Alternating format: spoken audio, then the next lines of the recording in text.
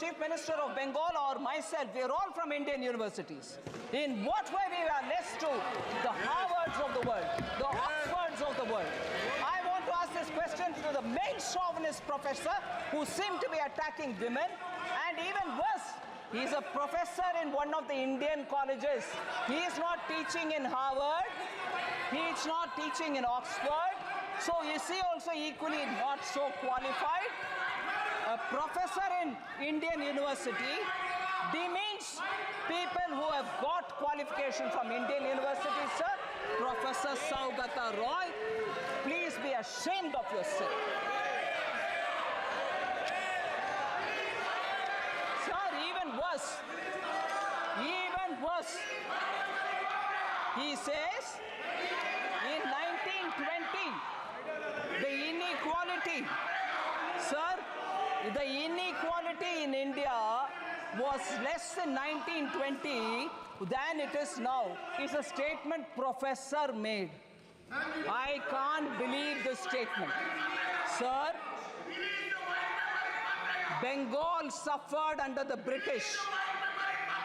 We all see the images of skinny, starved, bone and skin Indians, Bengal people who were starved by the British, and the entire grain of West Bengal was taken to fund the war. People were photographed sitting skinny with bones and skin, and that Bengal was better in equality than now. What a shameful statement to make. In this house, inequality was better under British than now. What a shameful statement to make. Now I come to talking about Bengal's economy, sir. I'll give all the white paper they want. Sir,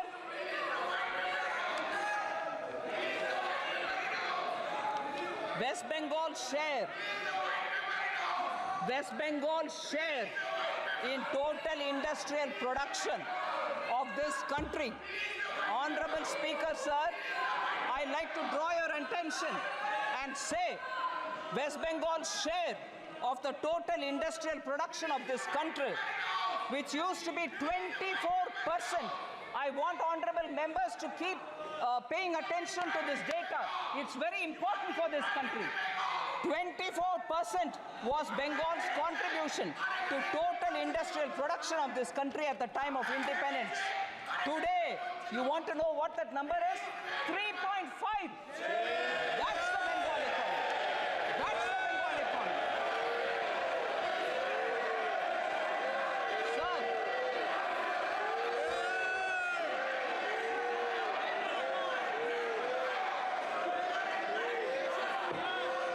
Sir, there's been a downward trend in the gross capital formation.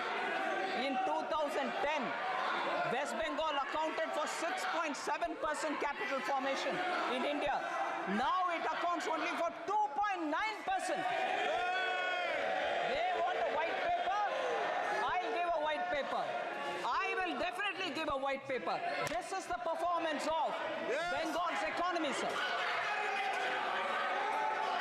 सभा की कार्रवाई आज 8 बजे तक बढ़ाई जाती है. The state of West Bengal, sir, attracts less than 1% of the total Indian FDI. अगर आप सवाल पूछोगे तो जवाब सुनना पड़ेगा. आपने सवाल किया तो जवाब दे रही है वित्त मंत्री जी.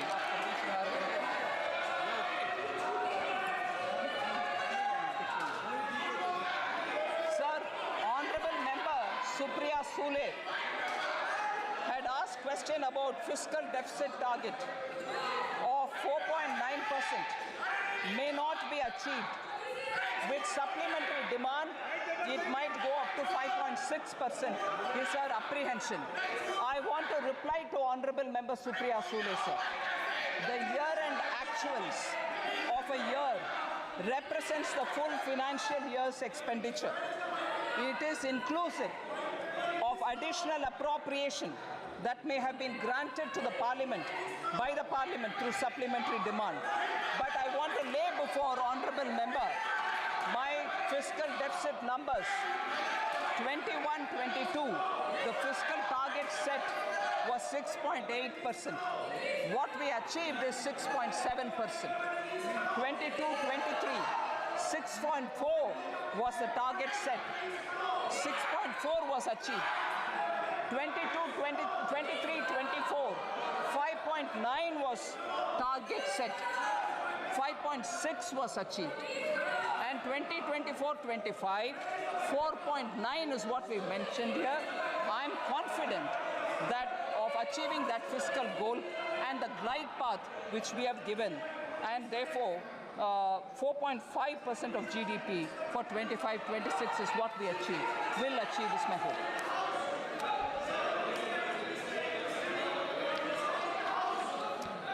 Sir, before I come to the conclusion, there's one I will come to the conclusion with, but before I come to that, sir, I want to highlight the fact. माननीय सदस्य, नेता प्रतिपक्ष, प्लीज आसन के पीठ पेट कर नहीं बैठते। संविधान नेता प्रतिपक्ष हो जाने से अकल कहाँ से आएगा? Sir, this is an important issue I want to raise, sir, before I come to the conclusion. Sir, today, when we are discussing the journey of Vikasit Bharat, I want to draw your attention towards a very serious issue. To make India develop, it is necessary for the country to have big economic and strategic power. But if there will be instability and anarchy in the country, the journey towards Vikasit Bharat will become more difficult. This is a huge challenge for us. And as a nation, we have to understand where the problem is. India's social fabric, parliamentary traditions, economy, and the armed forces are all four being severely attacked. We have united our diverse society through the hard-working people of this country over the generations. After independence, sir, our constitution was put in place, and it has put in place several arrangements to keep the society united. But today, through a conspiracy, the fault lines of our society are being exposed. Mistrust is being created against each other in the society through fallacies, lies, and deceit. Sir, efforts are being made to create such a situation that even a spark will lead to a lot of conflict. Similarly, the attacks on the armed forces are also being intensified on some pretext or the other, or one pretext or the other. Efforts are being made to divide the army and the soldiers. The strength of the army is its discipline and unity. As a part of a conspiracy, sir, this strength of the army is being challenged. Whatever is happening today regarding Agniveer is a part of this conspiracy. I'm afraid to say this. Apart from the society, parliament, army are all under attack, and even the economy is being attacked. When the people of India have really struggled to come out of COVID and are building a society on their effort, we as people representing them in this house at least should recognize the hard work of our people and not undermine India as a country which is growing at this rate. So entrepreneurship itself is being made a villain, sir, which is a shame. Hard-working entrepreneurs are building this country. The conspiracy is to end India's entrepreneurship culture even if before it fully blooms, and thereby hitting at the Indian core backbone, which is the entrepreneurship, small and medium units, and enterprise is what is building India. Negativity is being spread in society towards all those who do business. And this hatred for business and wealth creators is spilling everywhere. There is a conspiracy to send a message to the entire world that India is not safe for investors, sir, and this is not good. Rumors are being spread that Indian institutions cannot guarantee security to foreign investments, which is really a sad situation, sir. Strategic instability, economic instability, and political instability.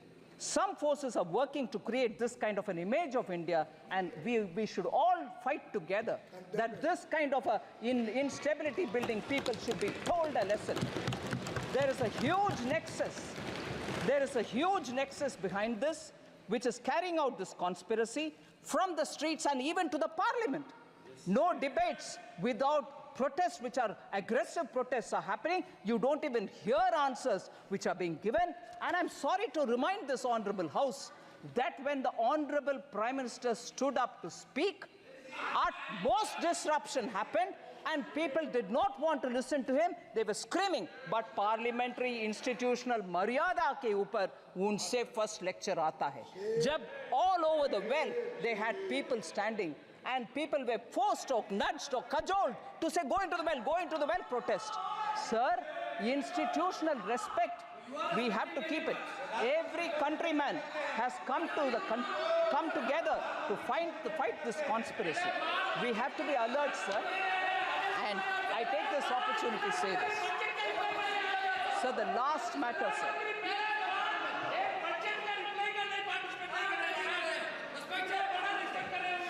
Sir, the last matter.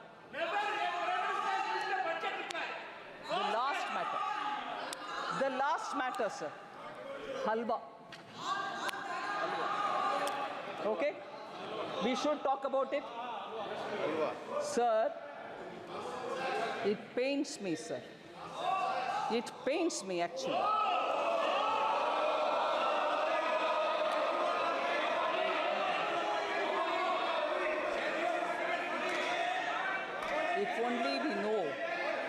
If only we know the background with which halwa ceremonies are conducted before the budget is prepared. If only we know the background. Sir?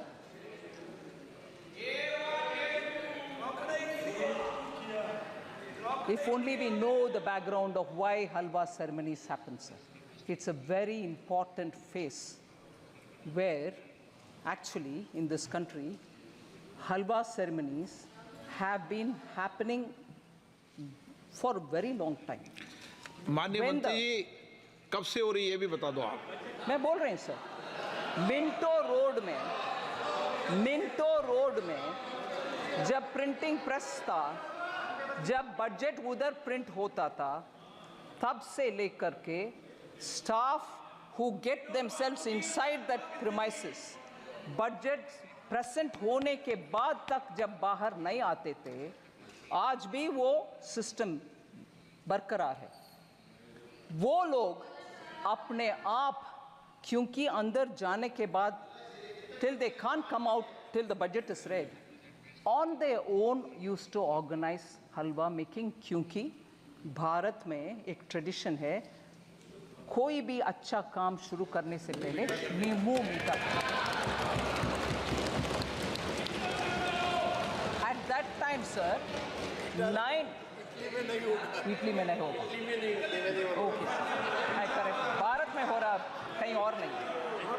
Sir, Navratri meaning 9 nights and 8 days. पुराने ज़माने में they used to stay inside only. No phone, no contact, no landline. If anything, one officer who was given the power to come in and go out, he would convey the message. कुछ नहीं और बाहर world से संपर्क.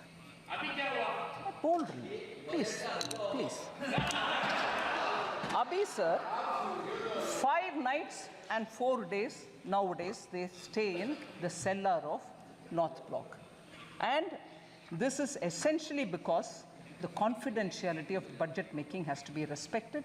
So they go in, and before going in, we start this halwa ceremony. And there are media reports, sir, one or two, which one